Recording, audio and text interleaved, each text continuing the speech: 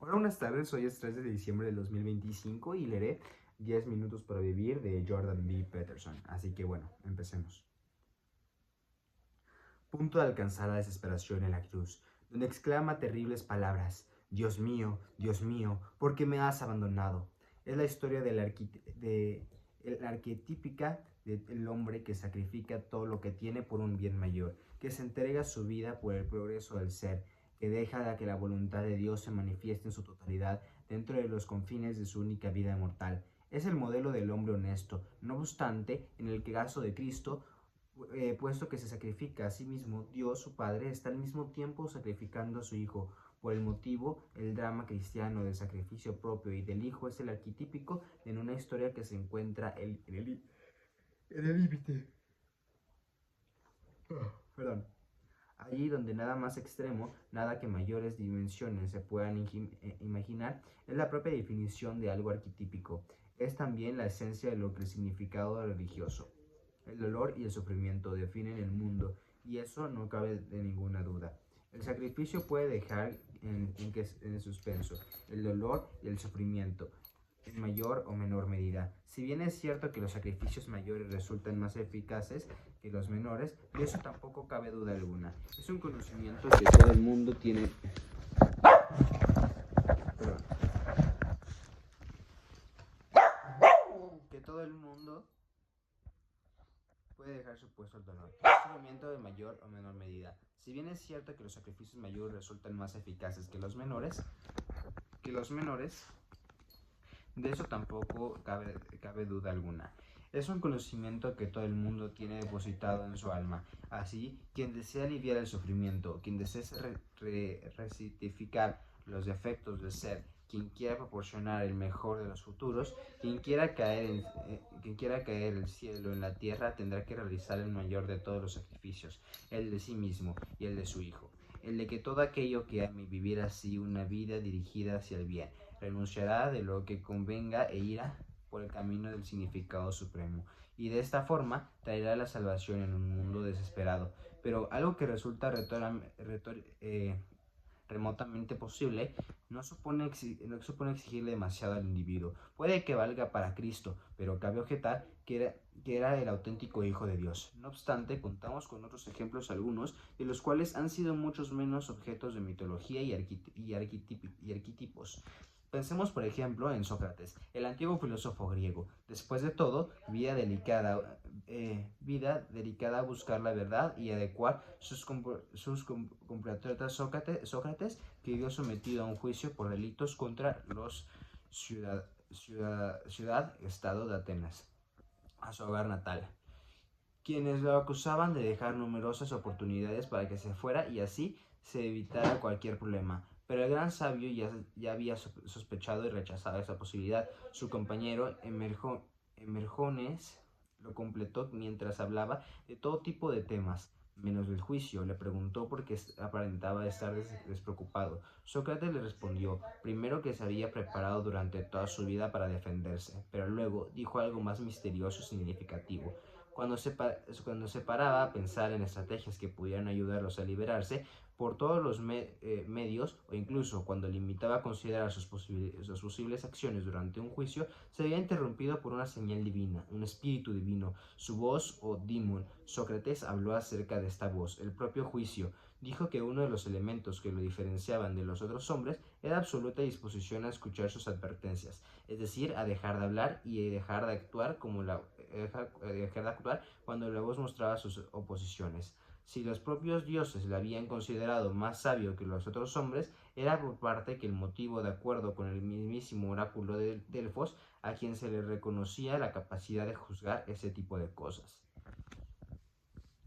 Puesto que esa voz interna que le merecía tanta confianza oponía la huida o incluso al defenderse a sí mismo, Sócrates enfocó la forma radicalmente distinta a la importancia de su juicio. Empezó a plantearse que podía tratarse de una bendición en vez de una desgracia. Le confió Emergenes, que había llegado a la conclusión de que el espíritu que siempre había escuchado, él podía estar ofreciendo una salida de la vida fácil para él y al mismo tiempo al menos complicada. Para su hijo, con el cuerpo sano y el alma capaz de mostrar afecto, sin sufrir las aflicciones que de las enfermedades o vejaciones de la extraña vejez, la decisión de Sócrates de aceptar su destino le permitió alejar el terror ante la cercanía de la muerte, antes y durante el juicio, después de que se pronunció la sensatía, e incluso más tarde durante la ejecución, entendió que su vida había sido tan rica y tan plena que podía ponerle fin con elegancia, si le había dado la oportunidad.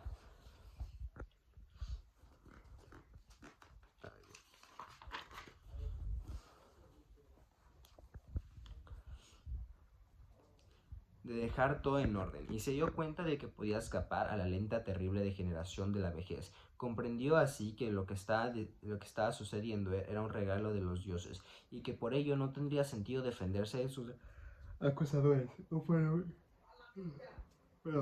O por lo menos hacerlo con el objetivo de mostrar su inocencia y escapar a su destino. En vez de eso, le dio vuelta a la situación y dirigió a los jueces de tal forma que el lector consigue entender precisamente que el consejo de la ciudad quería acabar con él, y entonces se tomó el veneno como todo un hombre. Sócrates rechazó lo que convenía y lo consiguiente necesidad de manipular. En su lugar, eligió a las circunstancias más dramáticas, continuar su búsqueda de significado y dar la verdad. 2500 años más tarde recordamos su decisión y al hacerlo nos reconforta. ¿Qué lección podemos sacar? Si abandonas las falsedades y vives de acuerdo con los dictados de tu conciencia, mantendrás su nobleza, incluso ante la mayor amenazas, dejándote guiar a una convicción y valentía por el mayor de los ideales. Obtendrás mayor seguridad y fuerza de la que podrás alcanzar si te concentras serrilmente en tu propia estabilidad, y si vives de forma verdadera y plena podrás descubrir el significado tan profundo que proteja el miedo de la muerte, y todo eso podría ser cierto: la muerte y el esfuerzo y el mal. La tragedia del ser consciente de sí mismo genera sufrimiento. El sufrimiento inevitable, que a su vez causa el deseo de una satisfacción egoísta inmediata, es decir, el deseo de aquella que resulta conveniente, pero el sacrificio y el trabajo te resulta mucho más eficaz que el placer impulsivo en corto plazo. Para mantener la raya del sufrimiento, no obstante, la tragedia que supone la severidad arbitraria de la sociedad y de la naturaleza frente a la vulnerabilidad del individuo, no constituye la única, ni siquiera quizá la principal.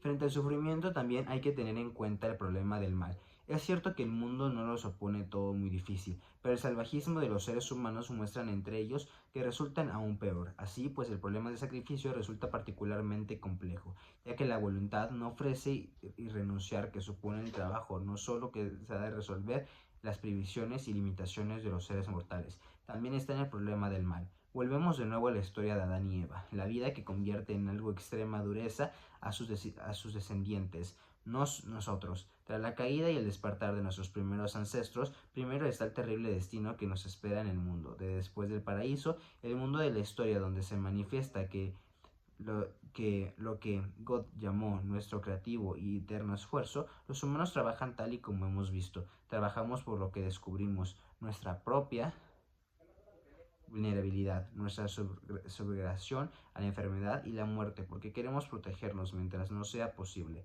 Una vez que seamos capaces de contemplar el futuro, tenemos que prepararnos o vivir de la imaginación y el terror. Por eso sacrificamos los placeres de hoy para conseguir un futuro mejor.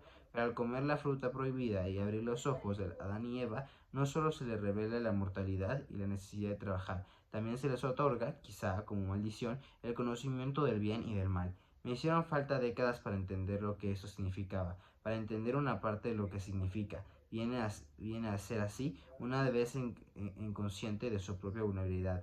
Entiendes la naturaleza de la vulnerabilidad humana en general, entiendes lo que significa el dolor. Y una vez que entiendes ese tipo de sentimientos en ti mismo y cómo se producen, entiendes cómo suscitarlos en otras personas. Es así como nosotros, seres dotados de conciencia de nosotros mismos, nos volvemos capaces de torturar a los demás de forma voluntaria y exquisita, y también de torturarnos a nosotros mismos, desde luego, pero ahora nos interesan los demás. Podemos comprobar que se nos manifiestan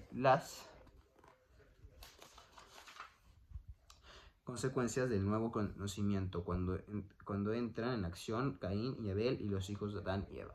Bueno, eso es todo, espero que les haya gustado y nos vemos mañana. Muchas gracias.